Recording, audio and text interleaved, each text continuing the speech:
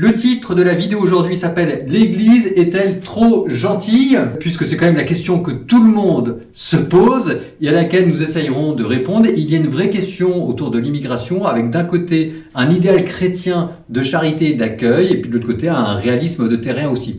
J'ai avec moi le frère Jacques-Benoît Rocher, que vous ne connaissez pas mais que moi je connais très bien, qui est spécialiste de la doctrine sociale de l'Église, ce qui en gros correspond à la réflexion catholique sur la politique, sur la société, et qui se trouve être aussi un spécialiste dans ces questions de l'immigration. Avant de commencer, je commence simplement par un tout petit témoignage avant de donner la parole à Jacques-Benoît Rocher. C'est une question de l'immigration dans laquelle moi je m'étais aussi impliqué. J'avais fait beaucoup d'aide juridique à travers la CIMAD, qui est une association pour l'accueil et l'aide juridique auprès des immigrants. J'avais été aussi du côté des soupes populaires que tenaient les franciscains dans l'Angleterre, à Londres, à Kennington Station, dans l'Est londonien. Et puis là, c'était vraiment la misère des peuples. Donc j'y suis vraiment très attentif parce que j'ai vu de mes yeux, si jamais je puis dire, des Afghans de 17 ans quitter absolument tout et n'avoir qu'un téléphone portable à la main parce qu'ils rêvaient simplement d'une vie meilleure et puis arriver au bout du chemin dans la misère. Et en même temps, quand je suis revenu en France, j'ai vu aussi que les centres d'accueil pour les immigrés étaient pleins, qu'on n'avait pas la capacité de les accueillir dignement. Mon frère qui me racontait que j'étais bien beau avec tous mes discours, mais que c'était pas moi qui payais les impôts de l'État. Je laisse Jacques-Benoît se présenter. Donc je suis le frère Jacques-Benoît Rocher, ou Raocher, si vous voulez prononcer à l'alsacienne, puisque c'est mes origines. Voilà, je suis frère dominicain, je suis actuellement au couvent de Lyon, et j'enseigne ce qu'on appelle la théologie morale, et plutôt la théologie morale sociale à l'Université catholique de Lyon. Voilà en quelques mots. Ce que je te propose, tu commences par nous parler de l'immigration dans la Bible. Juste une question préalable. Jésus a dit « Laissez à César ce qui est à César ». L'Église a-t-elle le droit de se prononcer sur ces questions de politique et de société avant de parler de la Bible? Alors ce qui est bien sur cette question, c'est qu'il y a une réponse simple, c'est oui. L'Église, elle en parle parce que c'est des questions qui intéressent les gens. Elle parle de ce qui intéresse les gens, de ce qui intéresse la vie humaine concrète.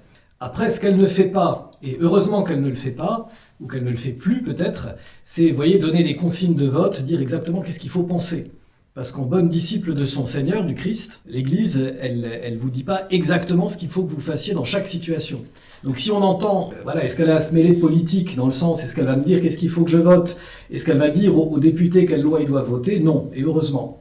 En revanche, si elle doit nous donner des indications, si elle doit nous aider dans sa réflexion, là oui, elle a des choses à nous dire, et heureusement aussi, parce que ça veut dire qu'elle s'intéresse à la vie concrète des personnes, et pas seulement à une vie spirituelle un petit peu hors sol. Que dit la Bible sur l'immigration? Ce que j'aime bien dans cette question, donc merci de me la poser comme ça, c'est qu'on part de la Bible, parce que la Bible, c'est ce avec quoi on commence à réfléchir quand on est chrétien.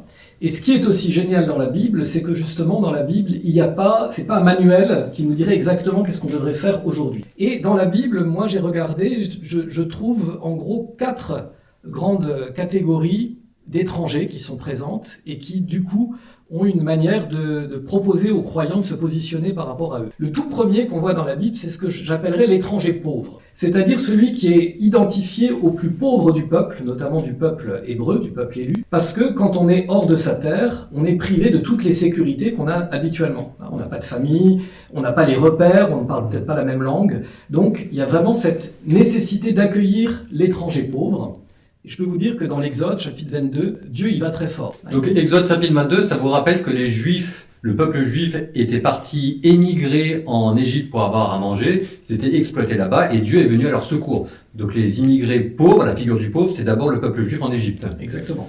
Donc il y a ce côté, tu accueilles l'étranger, et si tu ne l'accueilles pas, c'est moi qui vais descendre pour lui faire justice. C'est ce que Dieu dit directement au peuple. Donc ça rigole pas. Donc quand on lit ça, on se dirait spontanément, la Bible a un discours clair, il faut accueillir l'étranger qui est pauvre. En même temps, on trouve dans la Bible aussi un étranger sous l'angle menaçant. C'est-à-dire, on dit, oui, quand il y a des étrangers, notamment des étrangers qui ont une autre foi, ça vient perturber la foi du peuple élu. Alors notamment du peuple juif, mais aussi des premiers chrétiens. Donc il faut s'en méfier d'avoir trop d'étrangers, et notamment de ne pas les avoir trop proches de chez soi, et donc on va beaucoup contrôler le mariage avec des étrangères, notamment. Donc ça, dans la Bible, tu me corriges si jamais je me trompe, c'est Salomon qui se marie avec des princesses étrangères et qui ça l'amène à idolâtrer et finalement à apostasier. Exactement. Et ça, c'est déjà, je trouve, assez génial parce qu'on a deux figures qui nous semblent un peu contradictoires. L'étranger qu'on accueille, alors certes quand il est pauvre, et l'étranger dont il faut se méfier, par exemple Salomon et ses femmes. Les deux autres catégories dans la Bible qu'on trouve, c'est ce que je pourrais dire l'étranger riche, c'est-à-dire cette figure qui dit, quand il vient, l'étranger, avec une autre culture, avec une autre manière de voir les choses, il m'apprend quelque chose aussi sur moi, il m'apprend même quelque chose sur Dieu. Et ça, c'est quand même très fort aussi, y compris dans le peuple élu, qui a quand même reçu directement la révélation du ciel de Dieu. Il dit, non, dans la culture de l'étranger, il y a quelque chose qui peut m'apporter, qui est extrêmement riche, qui peut venir m'instruire de qui est Dieu. Et puis, la dernière figure, celle-là, les plus spirituelle, c'est la figure de l'étranger icône, c'est-à-dire celui qui me révèle notamment le monde à venir, notamment ce monde où Dieu va rassembler tous les peuples autour de lui, et où les diversités ne seront pas quelque chose qui s'opposera finalement à la grandeur de Dieu, mais qui révélera combien est-ce que Dieu aime tous les hommes, quelle que soit leur culture, quelle que soit leur origine. Donc ça nous donne 4 figures de l'immigré. Ça montre tout de suite que c'est un discours qui est assez compliqué parce qu'on ne peut pas mettre tout le monde dans la même catégorie. Si jamais j'entends ce que tu dis, quand même, la catégorie par laquelle on va essayer d'appréhender ça a priori en tant que chrétien, c'est la figure du pauvre. La première question qu'on se dit, c'est est-ce que c'est pas d'abord un pauvre qu'il faut accueillir? Exactement. C'est pas tout le temps le cas, mais c'est quand même la question prise. Donc c'est ce qu'on appelle l'option préférentielle pour les pauvres. Ce qui explique peut-être la tonalité du discours de l'Église qui nous dit attention, il y a questions de charité et d'hospitalité qui sont très importantes qui se jouent là. Oui, en même temps, il ne faut pas oublier trop vite les autres. Mais je suis d'accord avec toi, il faut commencer par le pauvre, mais il ne faut peut-être pas oublier trop vite les autres non plus, notamment peut-être le menaçant. C'est des sujets sur lesquels il y a énormément de divisions même parmi les chrétiens, voire même de tensions. Comment est-ce qu'on peut essayer d'arriver à parler de ça sans se mettre tout de suite sur la gueule les uns avec les autres, entre ceux qui votent Bardella et ceux qui votent Mélenchon, pour le dire de manière simple? Je crois qu'il faut écouter quand même un peu les arguments des uns et des autres, pas pour être dans le peut-être ben oui, peut-être ben que non, mais pour se dire qu'il y a quand même quelque chose de profond dans ce qu'il raconte. Qu'est-ce que je dis à quelqu'un qui me dit il y a trop d'immigrés en France, on ne peut plus les accueillir? Ça, déjà, je te dirais, il faut peut-être regarder exactement qu'est-ce qu'on parle en termes de chiffres, parce qu'en termes de chiffres, on estime qu'il y a en gros entre 8 et 10% d'immigrés au sens strict en primo-arrivants, qui viennent d'arriver. Ça ne veut pas dire des gens qui sont là depuis plusieurs générations. Donc, il faut déjà regarder les chiffres. Et puis regarder un peu, à mon avis, qu'est-ce qu'il y a derrière sa question. Qu'est-ce que c'est la crainte qu'il a? Pourquoi est-ce qu'il pense qu'il y a trop? Et à partir de quel stade est-ce qu'on dit qu'il y a trop? Est-ce que c'est juste une histoire de quantité? Ou est-ce qu'il y a autre chose dans sa question? Alors posons tout de suite, si jamais je te dis d'abord au niveau économique.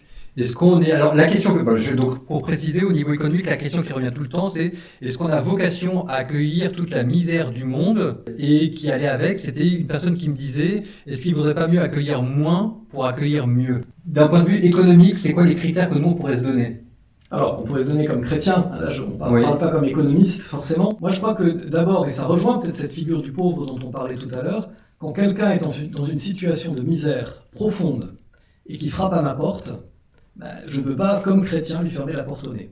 Ça, je crois que c'est une réalité. Donc quand il vient d'un pays en guerre, quand il vient d'un pays en déroute, là, on a l'obligation de lui... Quand il y a une urgence climatique, quand il y a une guerre, quand il y a une très grande pauvreté, voilà, là, je crois qu'on a l'obligation, comme chrétien, de le recevoir quand il frappe à notre porte. Oui. Toujours sur les questions qu'on se pose, après on va rentrer encore dans les détails, mais l'autre question qui vient tout le temps, c'est la question de l'islam. Est-ce qu'en fonction des religions, il y a des critères particuliers à appliquer? Est-ce que la dimension religieuse est à prendre en compte dans la question de l'immigration? Alors ça, c'est une question très intéressante, parce que si on regarde, par exemple, ce que nous dit le pape François, même ce qu'il pratique, lui, il aurait envie de dire pas forcément. Et il s'appuie pour ça sur une tradition qui est assez longue dans l'Église, qui dit on accueille inconditionnellement toute personne qui se présente, quelle que soit sa religion, voire même peut-être, la différence de religion, ça va me stimuler moi-même dans ma pratique religieuse. Si je pense aux moines de Tibérine, ces moines qui ont vécu en Algérie à la fin des années 90, le prieur de Tibérine, Christian de Chergé, il disait « La présence des musulmans autour de moi, ça me stimule dans ma pratique chrétienne. C'est quelque chose qui m'ouvre. » Et le pape François, il serait un petit peu dans cette perspective, de dire si vous accueillez des gens d'autres religions, ça va aussi vous stimuler dans votre propre réflexion de foi. En même temps, dans la tradition chrétienne, on a eu toujours une mise en garde contre l'accueil, par exemple, de personnes qui seraient d'autres religions, notamment dans la Bible, mais même après les premiers chrétiens, on va dire dans les premiers siècles après, je pense à Saint Augustin, par exemple, il dit, attention, un chrétien doit d'abord accueillir un chrétien, par exemple, parce que c'est quelque chose qui, sinon, pourrait mettre un petit peu en péril sa foi, il pourrait peut-être être inspiré par d'autres conceptions, et si sa foi n'est pas très stable, ça risque de l'entraîner vers quelque chose qui est pas bon pour lui. Donc on a quand même un peu les deux traditions dans l'histoire. Est-ce que derrière la question d'Augustin d'accueillir en préférence des immigrés chrétiens, il y a cette question d'avoir une société qui soit plus homogène et dans lequel on arrive à partager sa foi de manière plus facile dans un socle de culture et de religion commune. Je ne sais pas si c'est une histoire de société, mais c'est une histoire en tout cas de communauté chrétienne à son époque, qui pourrait être aussi un petit peu menacée par des hérésies, comme on dit, ou par des propos qui pourraient remettre en cause en fait la foi des fidèles. Il dit il faut quand même protéger avant toute chose la foi. J'entends dans ce que tu me dis la question de la communauté et de la force de la communauté. Si jamais je vais jusqu'au bout de ce que tu es en train de me dire, ça voudrait dire que pour aborder sereinement la question de l'immigration, il faudrait déjà se poser la question de la force de la communauté chrétienne, de sa capacité d'absorber des chocs, de sa capacité à faire corps et de sa capacité à se ressourcer entre elles. Oui, tout à fait. Et là, typiquement en France, on est au-dessus ou on est en dessous de la ligne de flottaison ? Alors ça, je ne pourrais pas dire, je n'ai pas établi des indicateurs pour savoir si on est au-dessus ou en dessous, mais je pense que c'est une question que les communautés chrétiennes peuvent se poser, ça. Ce que j'ai en tête, c'est qu'en fait, je pense que si jamais la question de l'immigration vient taper aussi fort sur certaines peurs, certaines angoisses, etc., c'est parce que nous, en fait, notre communauté chrétienne n'est pas suffisamment fort et que ça vient appuyer sur nos propres faiblesses, notre incapacité à vivre de manière communautaire déjà notre foi et de se ressourcer, de vivre, de pratiquer entre nous. Mais c'est pour ça que je trouve que c'est pas une réponse, c'est pas une question simple, c'est ce que je disais avant, c'est-à-dire je pense qu'il faut pas trop vite dire quelqu'un qui aurait peur par exemple pour sa foi, il faut dire c'est un affreux réactionnaire ou quelqu'un qui n'a pas compris la charité chrétienne. Il y a quelque chose qui est profond dans ce qu'il raconte. En même temps, moi je crois profondément, et peut-être j'y reviendrai parce que c'est vraiment quelque chose qui m'habite ça, je pense que le chrétien ne doit pas avoir peur pour sa foi. Sa foi, c'est pas quelque chose, on va dire, qu'il se fabrique lui-même et qu'il devrait conserver dans une cassette bien au chaud pour être sûr qu'elle ne va pas se casser. Sa foi, c'est un cadeau de Dieu, c'est animé par l'Esprit Saint et c'est une force incomparable. Donc il faut faire aussi attention de ne pas imaginer que la foi, c'est un truc qu'on se construit soi-même, en communauté ou tout seul. Non, il y a aussi la force de Dieu qui est derrière. C'est vrai qu'il faut la développer, c'est vrai qu'il faut faire grandir le plus possible, mais c'est aussi l'œuvre de Dieu, et n'ayons pas peur quand même de la partager avec les autres. Est-ce que tu pourrais nous, que les choses soient bien claires dans notre tête, retracer brièvement les étapes de la pensée chrétienne sur l'immigration ? Brièvement, 2 heures d'histoire. Brièvement, 2 heures d'histoire. Vous avez 5 minutes.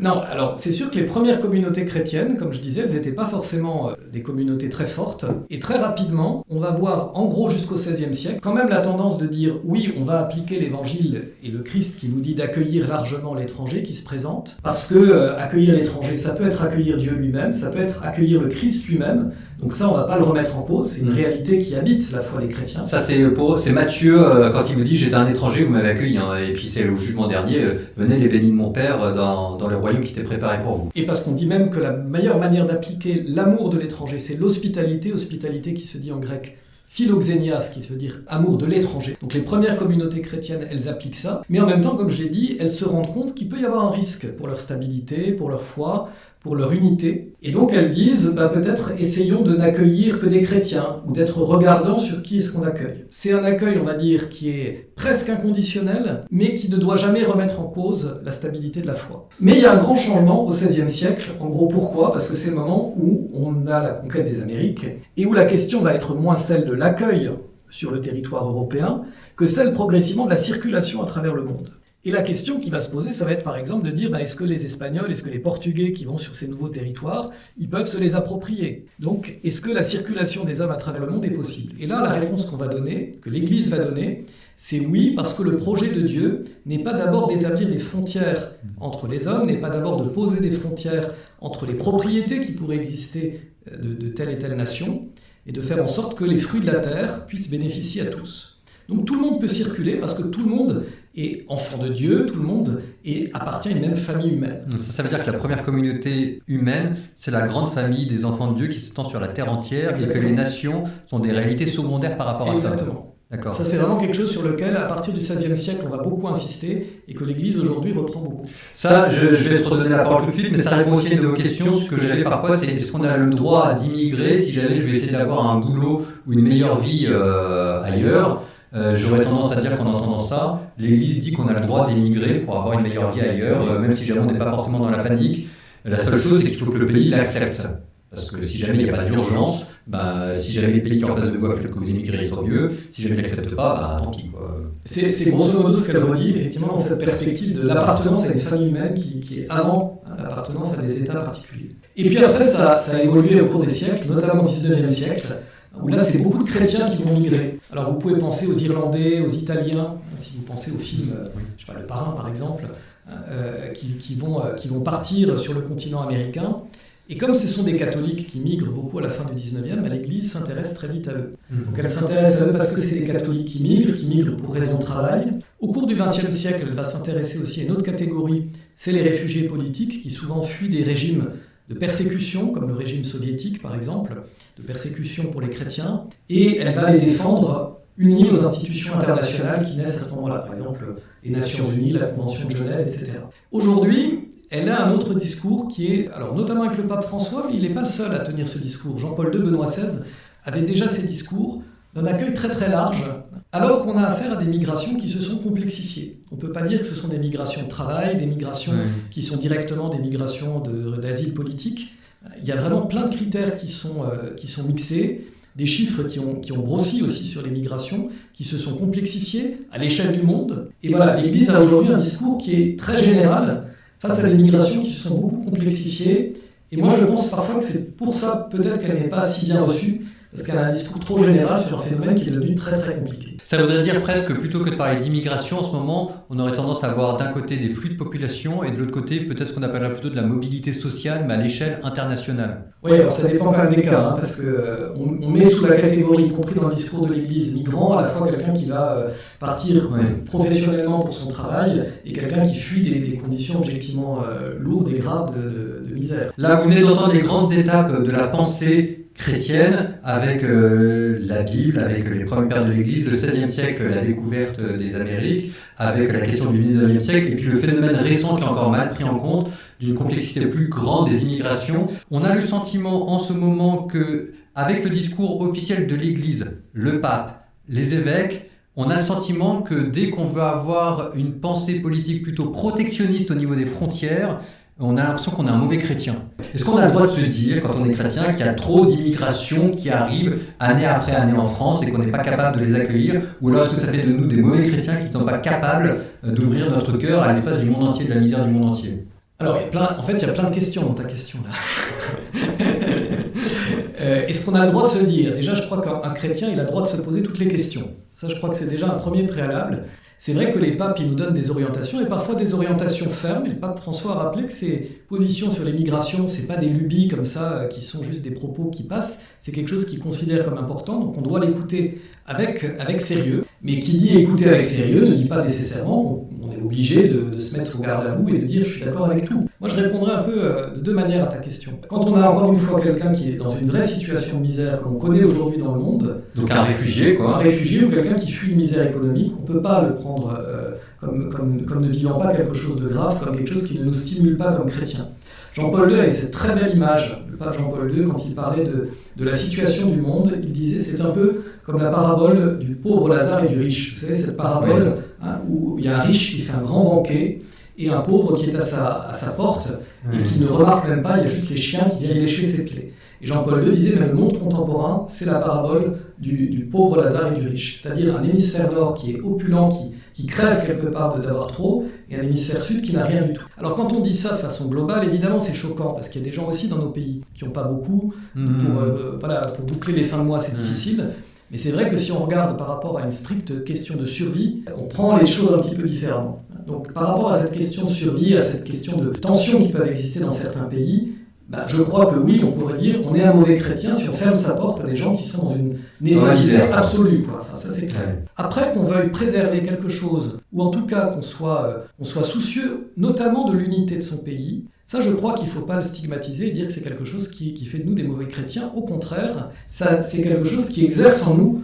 un bon sens de l'amour. L'amour, il ne se pense pas uniquement vis-à-vis de façon abstraite de celui qui est loin, il se pense aussi vis-à-vis de celui qui est le plus proche. Et celui qui est le plus proche, c'est celui de ma famille, c'est aussi mon concitoyen, et celui avec qui je suis appelé à prendre des décisions pour le pays dans lequel j'habite. Ça, c'est ce qu'on appelle l'ordre de la charité. Est-ce que ça veut dire qu'on a d'abord des devoirs envers ceux qui nous sont proches, avant d'avoir des devoirs envers ceux qui nous sont lointains? Ouais. Donc, avoir une pensée, entre guillemets, protectionniste, c'est-à-dire que derrière, le moteur, c'est pas la xénophobie ou le racisme ou simplement la peur de l'autre, etc. Mais ça doit être quelque chose de construction du bien commun et de capacité d'accueil, des choses comme ça a des raisons positives. Exactement. Est-ce que c'est anti-chrétien de chercher à se protéger? Doit-on toujours accepter d'être sacrifié? C'est un peu l'impression que j'ai. Alors, je reviens pas sur l'impression, parce que ça, c'est effectivement, on pourrait y réfléchir. Même si j'ai envie de dire une chose, ça peut peut-être nous inviter à nous interroger sur un truc, il me semble, sur lequel on ne réfléchit pas assez, c'est qu'est-ce qui est nécessaire, en fait, à ma vie, comme chrétien. Parfois, on se pose cette question sur le plan écologique, par exemple. De quoi est-ce que j'ai vraiment besoin? Peut-être qu'on pourrait se le poser aussi sur ce plan-là. Est-ce que j'ai besoin d'autant de richesses de mon côté, alors qu'il y en a qui n'y ont pas accès? Alors, en soi, non. Clairement, non. Je crois que Dieu nous a donné une dignité, et cette dignité, il faut qu'on la protège. Et qu'on la protège en s'aimant d'abord soi-même, en aimant celui qui est proche de nous, et c'est comme ça qu'on exerce de manière concrète la charité. Mais se protéger, attention, c'est encore une fois ne pas fermer la porte à celui que je pourrais objectivement aider. Si se protéger, ça consiste à dire, ben voilà, moi je reste chez moi à faire des festins de roi alors que des gens crèvent à l'extérieur, c'est pas ça, se protéger. Se protéger, ça veut dire que je dois chercher à protéger des biens qui sont objectivement nécessaires à mon bonheur, à mon épanouissement, comme par exemple la foi, comme par exemple la stabilité d'une famille, comme une sécurité professionnelle et minimum financière, etc. Mais ça veut dire qu'on ne cherche pas à protéger ce qui est de l'ordre du surplus. Exactement. Attention aussi à ceux qui nous sont confiés. Par exemple, je ne sais pas si j'ai une famille, aux membres de ma famille, si je suis dans une communauté, aux membres de ma communauté. Et on peut étendre ça à l'ensemble même de sa communauté nationale. L'autre question qui revient tout le temps, c'est la question de la délinquance. Est-ce qu'on est obligé d'accueillir tout le monde, même les gens qui sont violents, et est-ce qu'on a le droit d'expulser les gens violents et délinquants, les criminels? Déjà, il faudrait voir pourquoi ils sont violents, délinquants et criminels. Est-ce que c'est pas aussi parce que parfois il y a des situations c'est pas pour justifier la délinquance et la violence, mais est-ce qu'il n'y a pas aussi des manières d'accueillir qui sont pas dignes et qui font que parfois les personnes sont réduites à ces extrémités? J'en sais rien. Oui, si, je suis d'accord. Mais en même temps, moi, les centres de rétention, ils sont pleins, on n'a plus la moyenne de les accueillir. Moi, c'est ça ce qui m'avait frappé. C'est qu'effectivement, il y a une question de la délinquance parce qu'ils sont objectivement dans la misère, mais je ne sais pas si objectivement, on a les moyens économiques de les accueillir. Moi, je pense qu'on n'a pas les moyens. Il y a un tel flux, tu vois, comme ça, qui arrive. Ça dépend, parce que là, les flux ont été quand même pas mal régulés. Là, on est peut-être sur des questions plus économiques et politiques. Mais moi, j'aimerais bien reposer cette question plutôt en ces termes. C'est qu'est-ce que c'est, à un moment donné, ce qui est nécessaire pour notre vie commune, en fait? Qu'est-ce qui est nécessaire pour le fait qu'on vive ensemble? Est-ce que se priver, par exemple, de certains biens économiques, c'est si grave que ça pour nos pays développés? Moi, c'est un peu une question qui m'habite. Ok, de la même manière que quelqu'un m'avait dit, si jamais tu étais un vrai chrétien et que pour toi c'était un vrai problème absolu, tu devrais quand même croire qu'à la générosité de ton cœur, Dieu répondrait par des miracles. Ok, très bien. Je continue avec les questions. Mais admettons, un immigré criminel, est-ce qu'on a le droit de le renvoyer chez lui? Sa criminalité ne dépend pas de son argent, de sa misère ou de... En tout cas, d'une façon ou d'une autre, il faudra qu'il soit, s'il est criminel, qu'il soit sanctionné par une loi qui permettra de faire en sorte qu'il ne nuise pas à l'ensemble de la collectivité, que ce soit chez lui ou chez nous. C'est ça qui me semble le plus important d'abord. Est-ce qu'on a le droit de dire, par exemple, tel pays... ok, voire même telle culture, ok, voire même telle religion, ok, et telle autre religion, telle autre culture, tel autre pays, non, je suis désolé, il n'y a pas de la place. Par exemple, la Pologne, sauf erreur de ma part, avait dit immigré chrétien, oui, immigré musulman, non. Oui, alors ce qui est gênant, c'est ce que tu disais avant, c'est que le problème, là, c'était face à une crise migratoire qui était une urgence. Ouais, donc là, sélectionner quand il y a urgence, je trouve que là, il y a quelque chose qui ne va pas. D'ailleurs, c'est ce que n'a pas fait le pape François quand il a accueilli dans son avion des familles qui n'étaient pas forcément chrétiennes. Okay. Après, le principe en tant que tel, il peut se discuter, moi je trouve.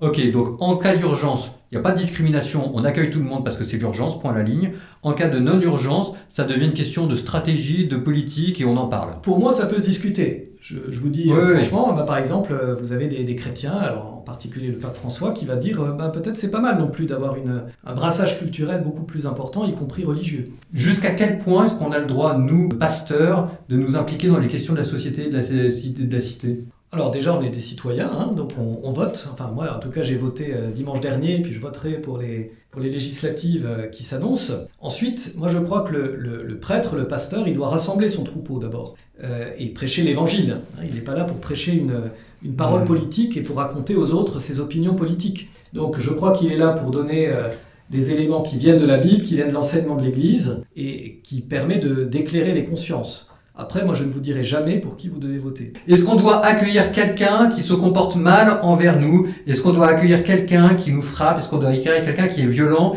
Est-ce que la charité de l'Église nous demande de dépasser ça? Je vais répondre, tu me corrigeras. Jésus-Christ nous demande d'aimer tout le monde, les bons comme les méchants. Point à la ligne. Mais on n'aime pas un méchant comme on aime un bon. On n'aime pas un ami comme on aime un ennemi. On aime un ami en lui faisant confiance. On aime un ennemi aussi en se méfiant de lui et en se protégeant. Se protéger, ça veut dire c'est aussi l'empêcher de faire du mal et puis nous satisfaire aux besoins naturels de s'aimer soi-même. Donc si jamais parfois aimer un ennemi, ça veut dire aussi lui fermer la porte. Simplement, le jour, il faudra lui donner une chance pour s'amender et si jamais un jour il change d'avis, il faut lui ouvrir la porte et chercher la réconciliation, c'est ça aussi. Oui, tout à fait. Ça va ? Je suis d'accord. Et donc ça, je pense qu'on peut l'appliquer au niveau de l'immigration. Sauf la question de l'urgence climatique, guerre, etc. Un immigré qui ne vous aime pas ou qui n'aime pas la France, vous l'accueillez pas de la même manière qu'un immigré qui vous aime ou qui aime la France. Après, il faut savoir maintenant ce que ça veut dire que d'aimer la France et de pas aimer la France, parce que on a vite fait de mettre pas mal de clichés sur toutes ces questions-là.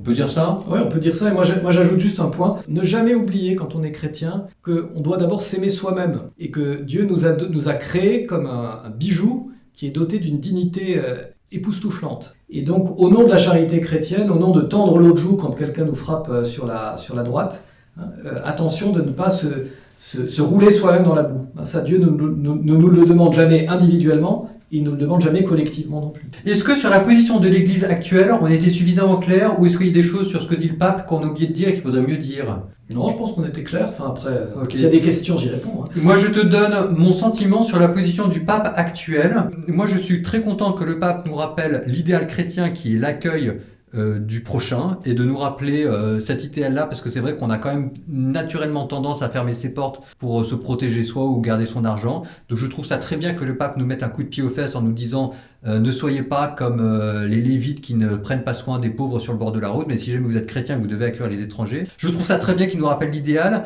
Je trouve simplement que concrètement, on ait du mal à l'appliquer de manière réaliste dans une politique en se disant très bien, mais on va affecter combien d'argent pour accueillir concrètement, ça veut dire qu'on peut accueillir 100 000, 1 million, etc. En fait, j'ai le sentiment que c'est un discours qui est très beau mais très abstrait, qui ne me donne pas une manière de vivre ça de manière concrète, charitable dans l'expérience. Et comme j'ai le sentiment de pas y arriver, j'ai le sentiment d'être un mauvais chrétien et donc je trouve que c'est culpabilisant, comme si j'avais l'impression que l'Église n'arrêtait pas de me donner une leçon sur ce que je devrais être et que je n'arrive pas à faire, à savoir accueillir toute la misère du monde, et évidemment j'y arrive pas, donc ça m'énerve. Toi, tu avais une position un tout petit peu inverse, tu me disais qu'on était fort pour penser le niveau individuel, très local et le niveau universel, mais entre les deux on avait du mal à... Oui, mais j'étais d'accord avec ce que tu viens de dire aussi.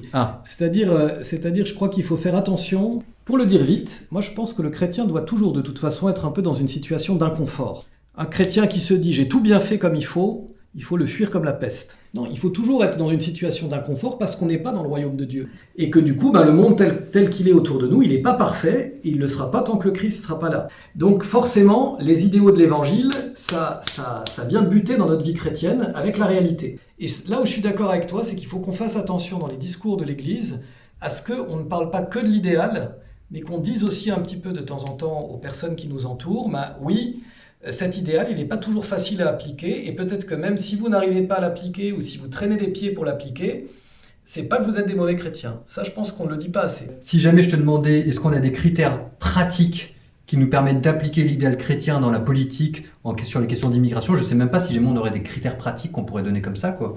Tu nous as dit on n'a pas le droit de refuser l'accueil de quelqu'un qui était dans la misère ou un réfugié, etc. Mais une fois qu'on a dit ça...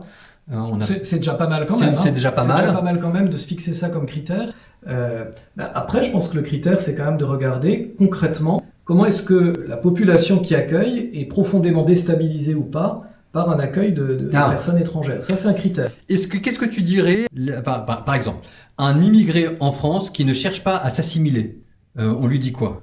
Quand je dis qu'il ne cherche pas à s'assimiler, ça veut dire qu'il y a la question de la culture, il y a la question de la langue, il y a la question peut-être de la religion. Quelqu'un qui arrive en France avec sa religion qu'il veut imposer, avec sa culture qu'il veut imposer, qu'est-ce qu'on dit ? une culture, c'est quelque chose, et c'est normal, auquel on est tous très attachés. Je crois malgré tout que c'est aussi quelque chose vis-à-vis duquel on évolue, qu'on évolue aussi vis-à-vis de ça quand on s'ouvre à d'autres, et c'est ça qui fait aussi la richesse d'une vie et la richesse de rencontres. C'est que les choses auxquelles on est attaché, on se rend compte aussi progressivement que c'est peut-être pas aussi important que ce qu'on imaginait. Pour un chrétien, je pense d'ailleurs que c'est assez important, parce qu'il faudrait jamais faire de sa culture, par exemple, son Dieu. Le seul qui change pas dans une vie chrétienne, c'est Dieu. Le fait que quelqu'un qui arrive chez nous soit attaché à sa culture, je pense que c'est normal.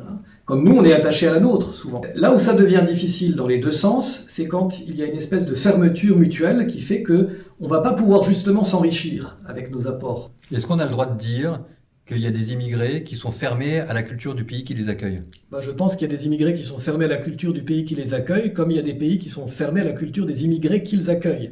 Donc je crois qu'il faut qu'on se demande mutuellement, est-ce qu'on est ouvert et jusqu'où est-ce qu'on peut être ouvert à la culture de l'autre? Mais oui, il y a des immigrés qui sont fermés à la culture du pays qui les accueille, et réciproquement.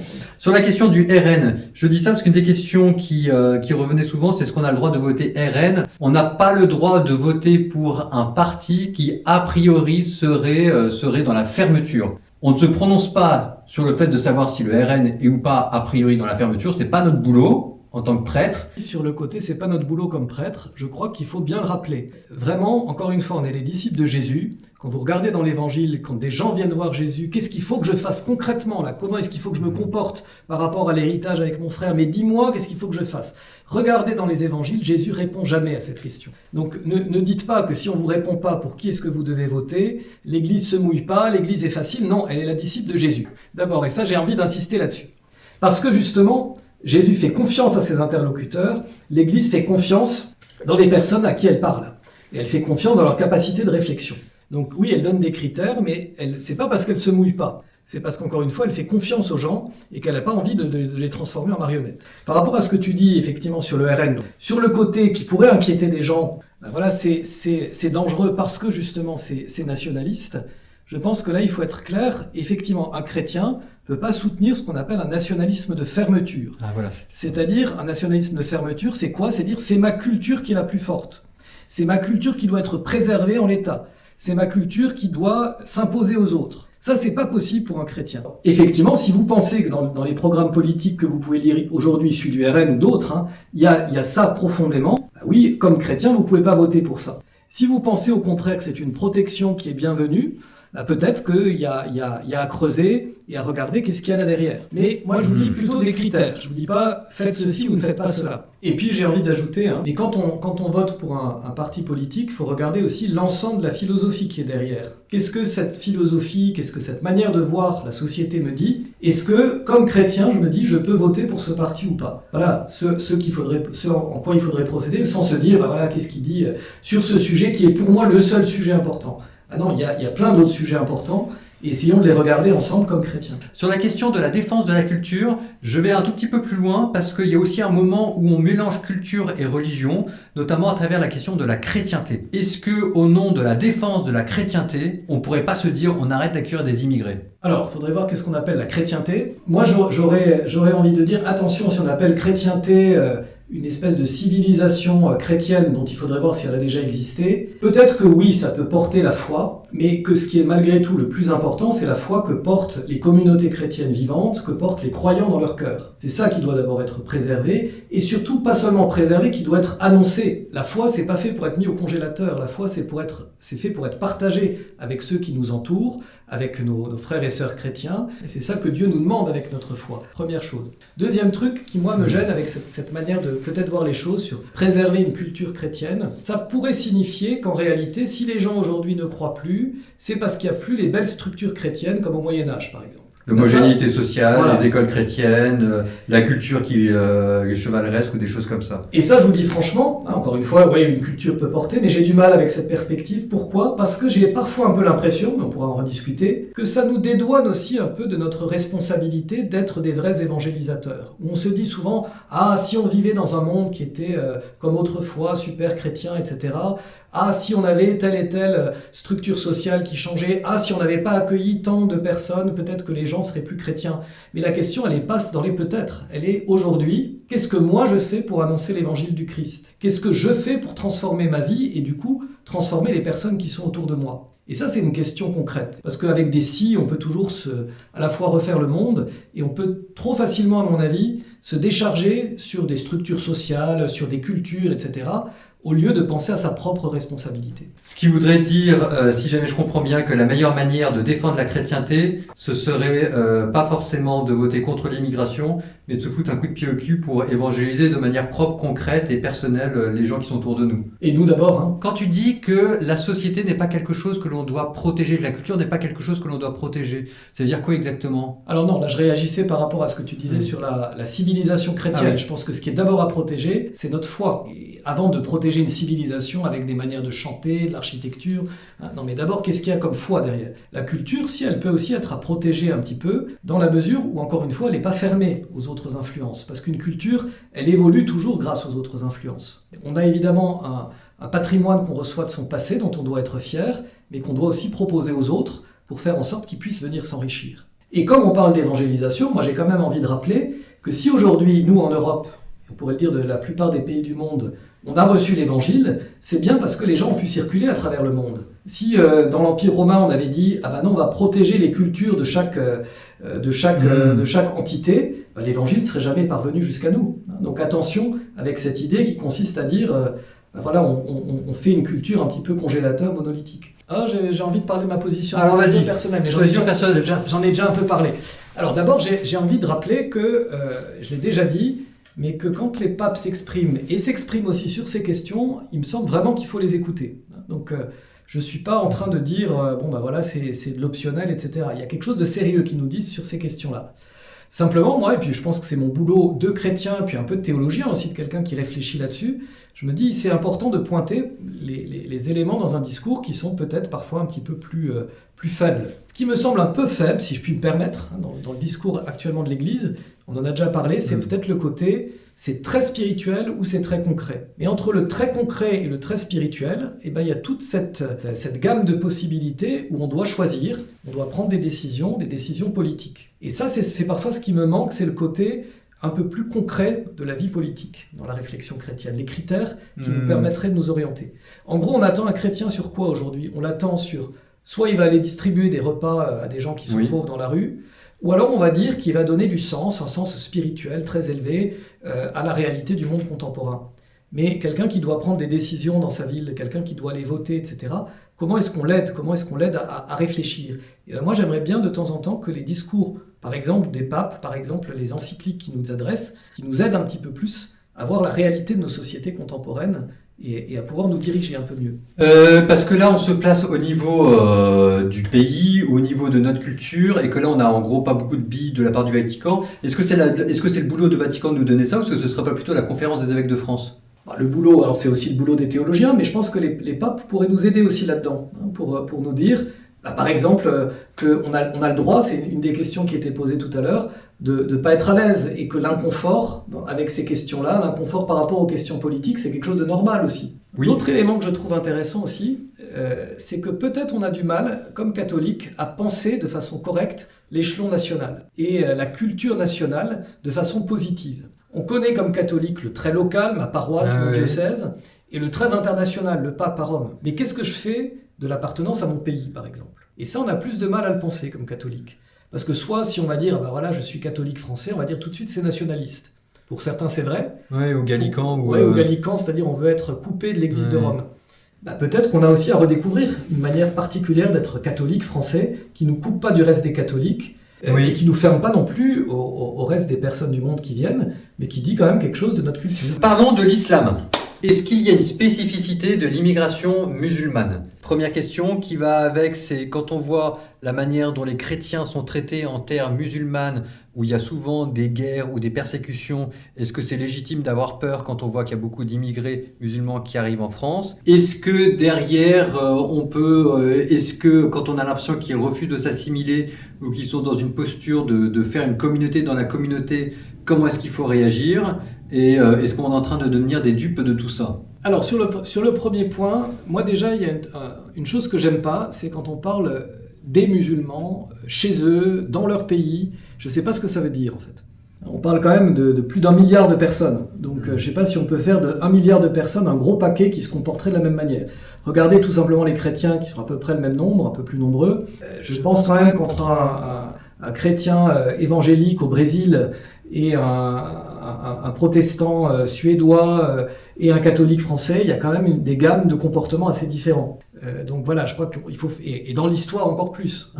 Les chrétiens se sont parfois comportés de façon extrêmement violente dans l'histoire. Attention, quand on fait des grandes généralités, les chrétiens sont comme ci, les musulmans sont comme ça. Moi, j'y crois pas du tout à ça. Et je crois que quand on regarde l'histoire, quand on regarde la sociologie, on se rend compte que ça marche pas, ce genre de truc. Donc ça, c'est un premier point. Ensuite, moi, j'ai envie de dire aux chrétiens, un peu comme disait Jean-Paul II, mais n'ayez pas peur. Est-ce que vous croyez dans la force de l'évangile que vous portez en vous ? C'est-à-dire, est-ce que le fait que l'autre croit autre chose, est-ce que c'est susceptible de vous déstabiliser au point où vous pensez que vous allez perdre votre foi ? Moi, ça m'étonne quand même que des chrétiens qui ont été baptisés, qui ont été confirmés, qui prient, qui lisent les évangiles, qui écoutent des super émissions avec le frère Paul Adrien, puissent avoir peur d'être déstabilisés dans leur foi parce qu'il y a d'autres gens qui croient autre chose ou qui prient autrement. Charles de Foucault, il dit quand même qu'il a été sidéré par la manière dont priaient les musulmans autour de lui et que ça l'a stimulé à se tourner vers sa propre foi. Alors il dit pas que ça sur l'islam, mais il dit ça aussi. Ensuite, ne réduisons pas migration et islam. Attention, il y a des tas de chrétiens aussi qui viennent renouveler nos églises quand ils viennent, par exemple, en France. Il y a aussi parmi les gens qu'on accueille, des gens qui sont sans religion et qui peut-être par leur mode de fonctionnement, par leur comportement, par le fait qu'ils sont, je sais pas moi, super consuméristes, super hédonistes, qui rêvent qu'une chose, c'est d'aller faire un jogging et de regarder des séries toute la journée, peut-être aussi qu'ils vont changer la manière de se comporter des chrétiens. Après que notre paysage il change parce qu'on accueille des gens, j'ai envie de dire ça fait partie du mouvement des populations. Oui. Après, à un moment donné, on peut réfléchir aussi collectivement pour se demander mais qu'est-ce qui est important ensemble pour qu'on puisse progresser vers quelque chose qui est bon pour notre société. Mais je suis pas sûr que ce soit simplement la question de l'accueil qui nous empêche de nous poser ces questions. Moi, il me semble aujourd'hui en France, on est très divisé au-delà de la question de l'accueil des migrants sur toute une série de choses qui fait qu'on sait plus toujours très bien pourquoi est-ce qu'on est réunis ensemble comme Français. Attention, dans une société, de ne jamais mettre en avant d'abord l'unité avant la recherche du bien. Ça veut dire que le risque, c'est comme dans une famille, c'est de dire à un moment donné, on parle jamais des sujets qui fâchent. Parce qu'il faut surtout qu'on reste unis, et on ne parle pas en fait de ce vers quoi on va, de ce qui fait qu'on reste ensemble. Moi, je pense parfois qu'en France, on a ce problème-là. Mais donc, en fait, c'est un problème plus large de savoir pourquoi est-ce qu'on vit encore ensemble en ce moment en France. Et toute la difficulté, c'est d'arriver à la fois à reconnaître la complexité des situations, à comprendre la peur que peuvent avoir certaines gens, et en même temps de se dire, ce qui est vrai quand même, c'est que c'est pas les salafistes sont pas venus pourrir une situation, c'était une situation qui était déjà pourrie. En fait, je pense qu'on a à peu près fait toutes les questions. Parfait, écoutez, c'est la fin de cette soirée. Je vous dis bonne nuit tout le monde, en espérant que la vie soit belle. Et puis je vous dis chacun, l'amour vaincra.